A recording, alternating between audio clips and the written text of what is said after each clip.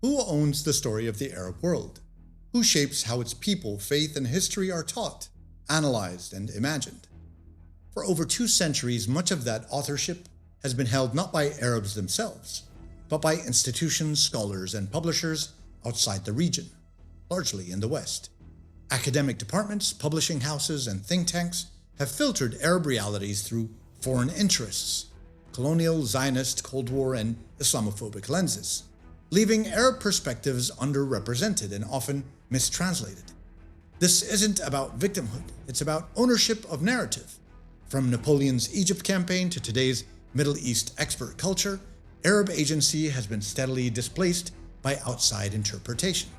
The issue isn't that there's no Arab scholarship, it's that it rarely travels far. Academic gatekeeping, selective translation, and commercial publishing choices have all favored Western voices telling the Arab story. So let's trace how this happened, era by era, and see how bias in academia and publishing evolved from the 19th century to today. The modern Western study of the Arab world began under the shadow of empire. Napoleon's 1798 invasion of Egypt brought along scholars who treated the region as an archaeological site rather than a living civilization. Orientalism, later defined by Edward Said, was more than a curiosity. It was a tool of control. European universities, particularly in France, Germany, and Britain, institutionalized Oriental studies. Their experts learned Arabic to translate Quranic texts, poetry, and law, but always through a colonial gaze. Arab thinkers like Rifa'a al-Tahtawi or Butros al-Bustani were producing reformist ideas at the same time, yet their works rarely reached Western presses. Publishing reinforced the imbalance. While the French École des Langues Orientales printed endless translations of Arab texts, many abridged or annotated with Eurocentric commentary, Arabic presses in Cairo and Beirut had limited export reach. Western audiences learned about Islam from Ernest Renan and Ignace Goldzihir, not from Muslim scholars themselves. Thus, before the 20th century even began, Western academia had already defined the Arab in European terms: romantic, backward, and static.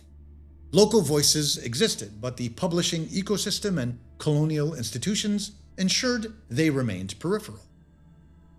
After World War I, the dismantling of the Ottoman Empire handed Britain and France not just territory, but narrative power. Colonial officers doubled as Arab experts. Academics like Gertrude Bell and T.E. Lawrence were celebrated as interpreters of the region, while Arab intellectuals were confined to local presses with minimal international circulation. Western publishing houses eagerly produced memoirs, maps, and ethnographies that portrayed Arabs as tribal and politically immature, justifying European mandates. In contrast, Arab scholars such as Sata al-Husri, who wrote on Arab identity and education, were rarely translated or cited abroad. Universities in London and Paris developed Middle East studies programs, tightly linked to colonial administrations. Grants and endowments ensured that research aligned with imperial governance rather than Arab agency. At the same time, local presses in Cairo and Damascus, though vibrant, were dismissed by Western institutions as non-academic. By the time of Israel's establishment in 1948, the academic narrative of the Arab world was firmly shaped by non-Arab authors. Arab political and historical voices existed, but their access to Western publishing channels were restricted by linguistic barriers and selective translation policies that favored colonial perspectives.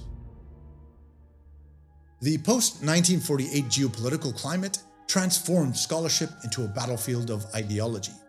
Western universities and think tanks produced Middle East experts, focused on strategic studies, security, oil, and communism, rather than culture or self-determination. Arab nationalism, especially under Gamal Abdel Nasser, was analyzed through the prism of Soviet alignment. And so funding followed politics. The US government's Title VI programs in the 1950s sponsored area study centers designed to serve American foreign policy.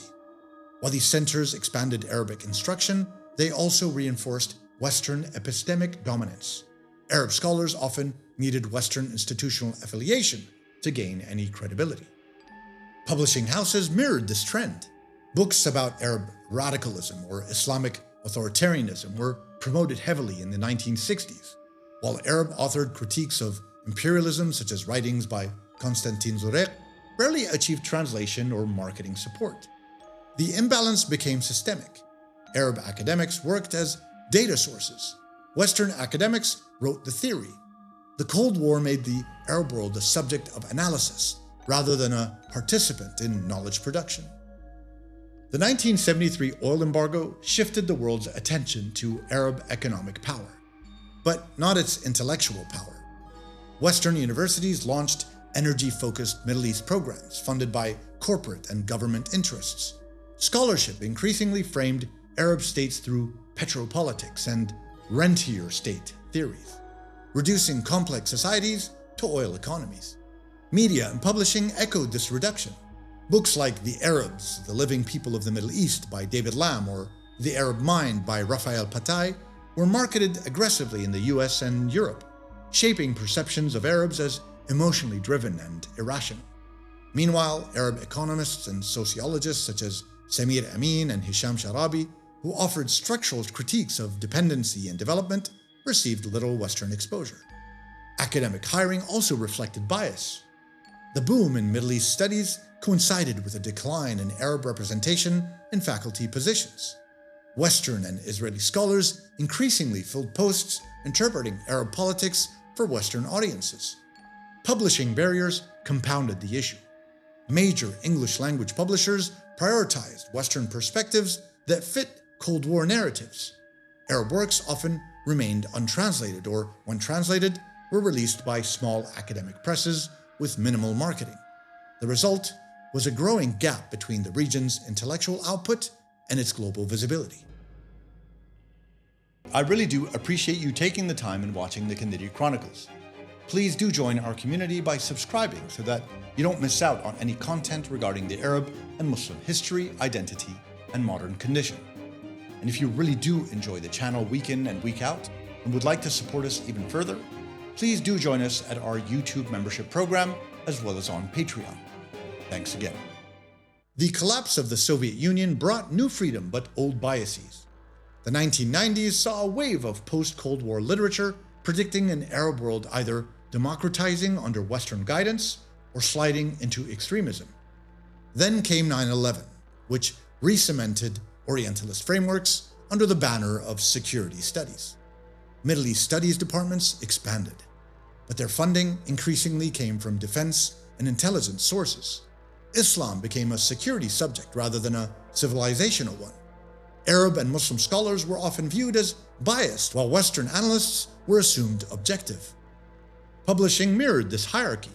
Works like Bernard Lewis's The Crisis of Islam dominated bestseller lists, while Arab intellectuals such as Azmi Bshara or Layla Abu Layla struggled to gain major Western distribution. Marketing favored titles that confirmed Western anxieties: terrorism, reform, gender opposition, while sidelining cultural or philosophical works.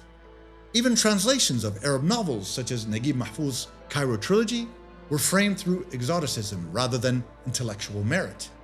Arab journalists and writers who critiqued US policy found limited Western publishing opportunities, unless filtered through think tanks or Western co-authors. The post-9/11 academic climate hardened the divide between studying Arabs and listening to them. The Arab Spring briefly shifted the narrative. Social media allowed Arab voices to bypass traditional academic and publishing filters. Western audiences heard unmediated testimonies from Cairo, Tunis, and Damascus for the first time. But the window quickly closed. As revolutions faltered, Western think tanks and publishers reframed the uprisings through the old lens of failure and chaos. Books like The New Arabs by Paul Danahar received global coverage, while Arab scholars and journalists documenting the same events, such as Lina Atallah or Marwan Bshara, remained underpublished in major Western outlets.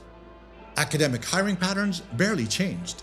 By 2018, Arab faculty in top US Middle East departments still represented a small minority. Arabic language research continued to be undercited, and translation funding remained scarce. Meanwhile, Western publishing houses often hesitated to promote works critical of Western or Israeli roles in regional instability, citing limited market interest. The result was a renewed imbalance. The revolution was Arab, but the analysis remained Western. You're saying you might have got a chance to look at it firsthand in Egypt?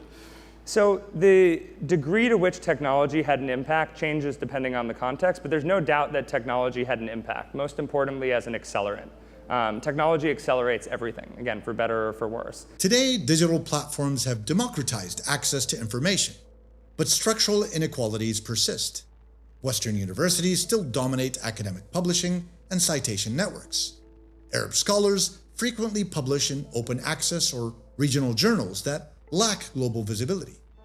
Online, think tanks and policy influencers with Western funding amplify selective narratives about normalization, extremism, or reform, while marginalizing grassroots Arab research. Even in digital publishing, English remains the gatekeeper language. At the same time, new Arab initiatives like the Beirut-based Shabaka Network or Doha's Arab Center for Research and Policy Studies are reclaiming space, producing peer-reviewed work that competes with Western think tanks. Yet these remain exceptions, constrained by distribution and media reach. Despite these challenges, the digital age offers the best opportunity yet for narrative reclamation. If Arabs compare scholarly rigor with independent platforms that bypass traditional Western validation. For 2 centuries, the Arab story has been largely told about Arabs, not by them. From Orientalist explorers to modern think tank experts, the authority to interpret Arab realities has remained externally owned, reinforced by academic bias, publishing gatekeeping, and political interests. But cracks in that structure are growing. Arab scholars, writers, and media creators are using new platforms to globalize their perspectives, challenging the assumption that Western institutions must arbitrate truth about the Arab world. Reclaiming narrative ownership isn't about rejecting dialogue, it's about balance. The goal is not to silence non-Arab voices, but to create a space where Arab intellectuals, historians, and artists stand as equals in shaping global understanding. Because the question isn't whether the Arab story exists, it always has. The question is, who gets to tell it, publish it, and teach it to the world?